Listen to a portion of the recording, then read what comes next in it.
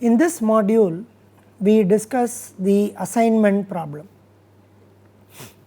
The assignment problem is another important problem in operations research, like the transportation problem. Let me define the assignment problem. Now, in the assignment problem, let us say there are 3 jobs which can be done by 3 people. The graph or the network that is shown here represents the problem. So, we will assume that there are 3 jobs that can be done by 3 people. So, we say these 3 represent the jobs, and these represent people.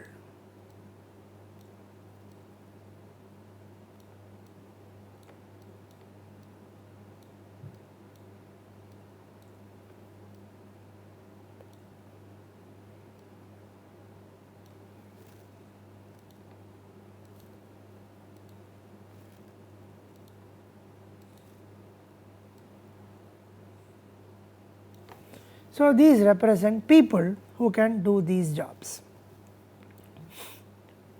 Now, this to carry out these jobs, it is going to cost something to allocate these jobs to these people.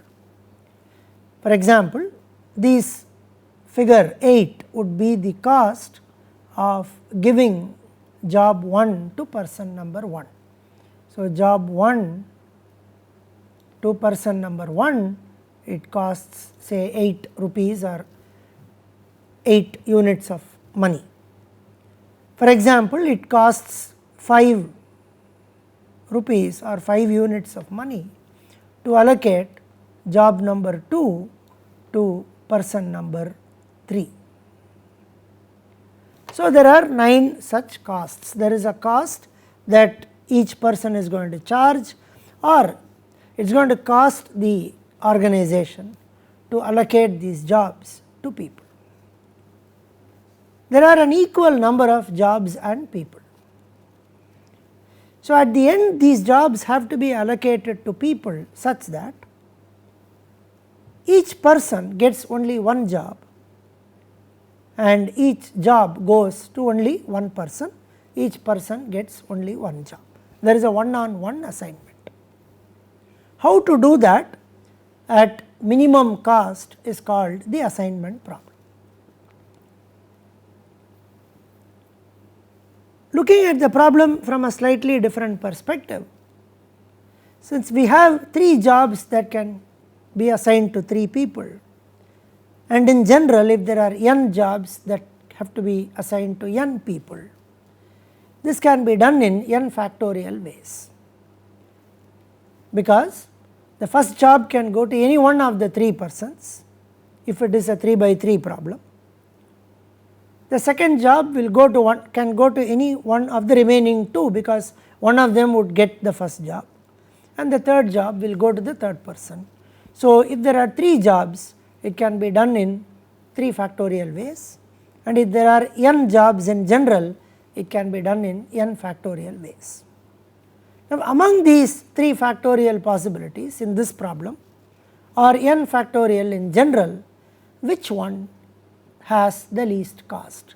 How do we find that one out of the n factorial that has the least cost is the assignment problem. It is very important to note that in the assignment problem we have an equal number of jobs and people. It need not always be jobs and people. It can be jobs and machines, machines and people, projects and students, many ways, but an equal number of 2 different things, and then we have to assign one to the other. At the end of it, every job goes to only one person and every person gets only one job. Now, let us formulate this problem. Let xij be equal to 1 if job I is assigned to person j. It is equal to 0 otherwise. Now, here we observe that the definition or the way the decision variable is defined is a little different. earlier we had defined xij to be a continuous variable, it can take any non-negative value. Now this xij can take only two values, 1 or 0. So it is a binary variable. In fact, if you see carefully, we have seen a formulation very early in this course where the decision variable took the binary value. So assignment problem, we begin by saying that xij is a binary variable that takes either 1 or it takes 0. Now what is the objective? The objective is to minimize the total cost of assignment or total cost of allocation. So that is given by summed over I, summed over j, Cij, Xij, where Cij is the cost of allocating I to j. So in general the cost is, here it is C11 or in general it is Cij. The cost of allocating is Cij. So we want to make these allocations in such a way that the total cost of allocation is minimized. Now what are the constraints? There are two sets of constraints. So one set of constraint is sigma xij equal to 1 summed over j for every I. Now here if we look at this network, this part is the I, the jobs. So this part is the I, which are the jobs. So if I take any I, for example if I take the first job which is here, then this first job can be assigned to either the first person or the second person or the third person. So it can go to only one person, one job will go to only one person. So summed over I, xij equal to 1. So this person for every j, so this person, if I take the first person j equal to 1, this person gets only one job, this person will get either this job or this job or this job. Summed over I, xij is equal to 1 for every j. Second set of constraint is summed over j, xij equal to 1 for every I, which means if I take I equal to 1, if I take this job and this job will go to either this person or this person or this person.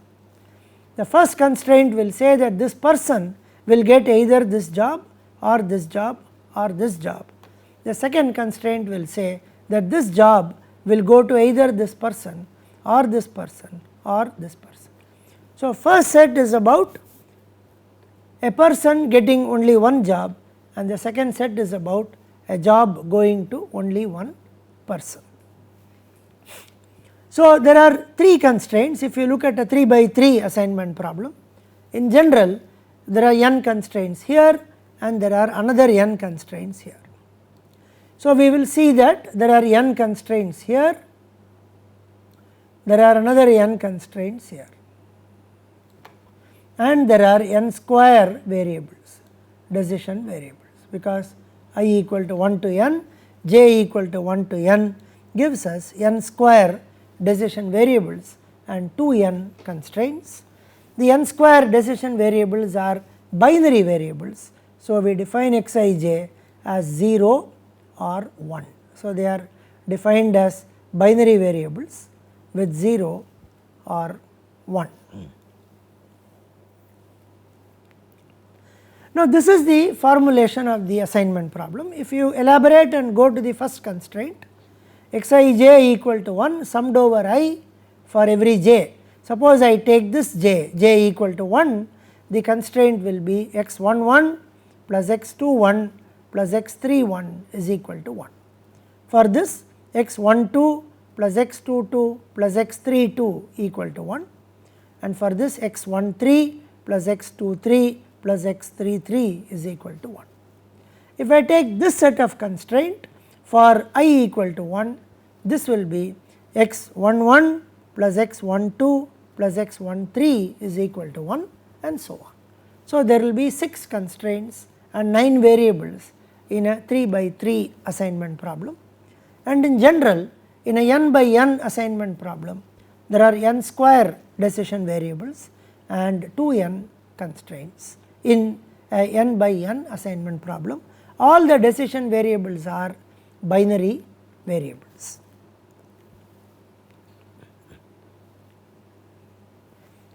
Now, if these xij's are not defined as binary variables and if they are defined as continuous variables, then the assignment problem is a linear programming problem. For example, if I replace this xij binary as xij greater than or equal to 0,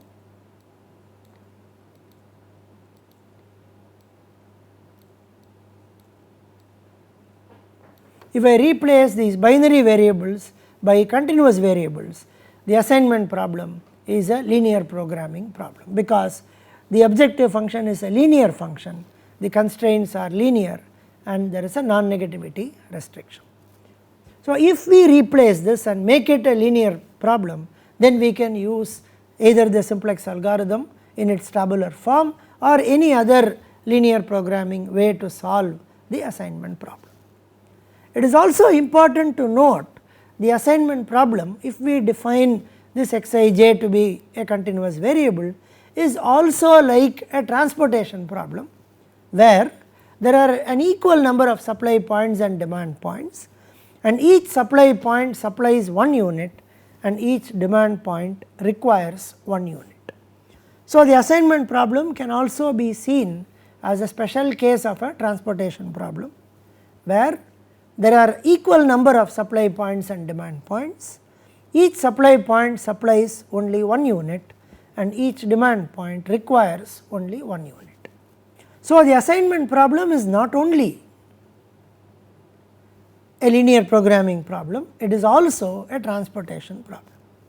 We have already seen methods to solve linear programming, we have already seen methods to solve transportation, and transportation solution methods are slightly different from the linear programming solution method. It is also interesting to note that we solved the assignment problem using a different algorithm, which is very different from solving a transportation problem or solving a linear programming problem. Even though the assignment problem is in principle a linear programming problem, it is also in principle a transportation problem. We do not use those methods to solve it, we look at solving the assignment problem by a special method which is faster and which is tailor made to solve the assignment problem. Now, we will look at ways of solving the assignment problem now.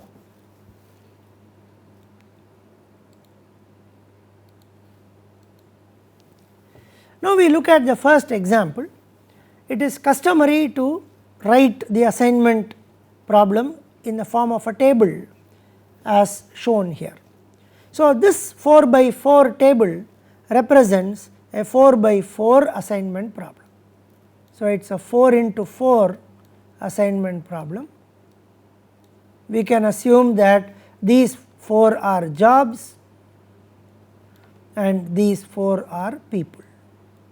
So, we would say that it costs 8 to allocate the first job to the first person, it costs 6 to allocate the second job to the first person, and so on. So, it is a 4 by 4 assignment problem.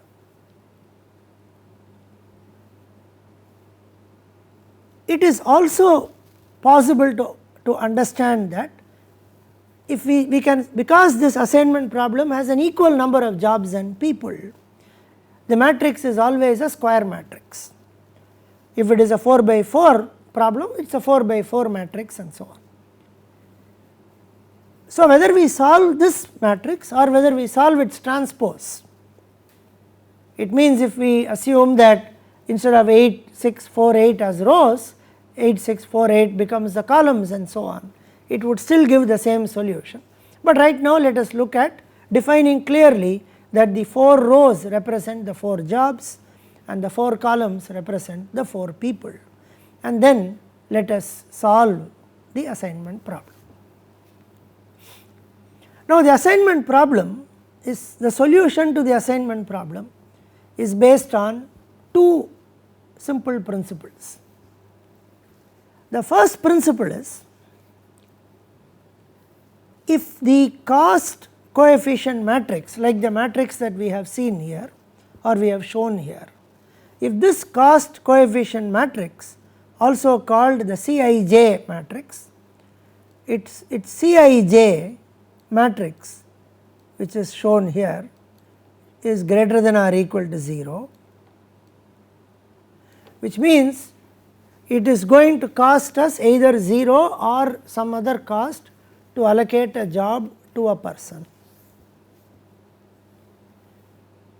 If we are able to get a feasible solution with 0 cost, then such a solution has to be optimal. The reason is, all the cost coefficients are non-negative, and if for some reason we are able to get a feasible solution with 0 cost, then the objective function value is 0, therefore it is optimal. But at the moment we do not have any cost, any of these 16 cost elements as 0, and all these 16 costs are positive. Therefore, what we do is, we try to reduce this matrix to another matrix which has 0 costs, and in the process we try to make assignments only in the 0 positions and try to get a feasible solution. Now, what is a feasible solution? A feasible solution is one that satisfies all the constraints. In this case, it is a 4 by 4 problem, there will be 8 constraints. Each job will go to only one person, each person will get only one job, which means every row should have only one assignment and every column should have only one assignment. If we are able to get that, then it is a feasible solution. So, again let me go back. We start with the principle that if we are able to get a feasible solution with 0 cost, then it is optimum. But then we observe that there are no costs that are 0. So, we try to reduce the 4 by 4 matrix into another matrix which would have zeros, and then make the assignments only in the 0 positions and try to get a feasible solution. Then such a feasible solution will be optimum because it will have 0 cost. Now, how do we reduce this matrix to another matrix which has zeros? Now, that is based on the second principle.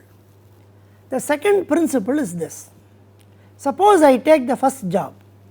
The first job can go to any one of these 4 people, and the first job can go to either the person 1 or person 2 or person 3 or person 4. Because it has to go to one out of these 4 people, if all of them reduce the corresponding cost by 1 unit, it will still go to the same person, because all of them had reduced it by 1 unit. Therefore, subtracting a constant from every element of the row will not change the solution.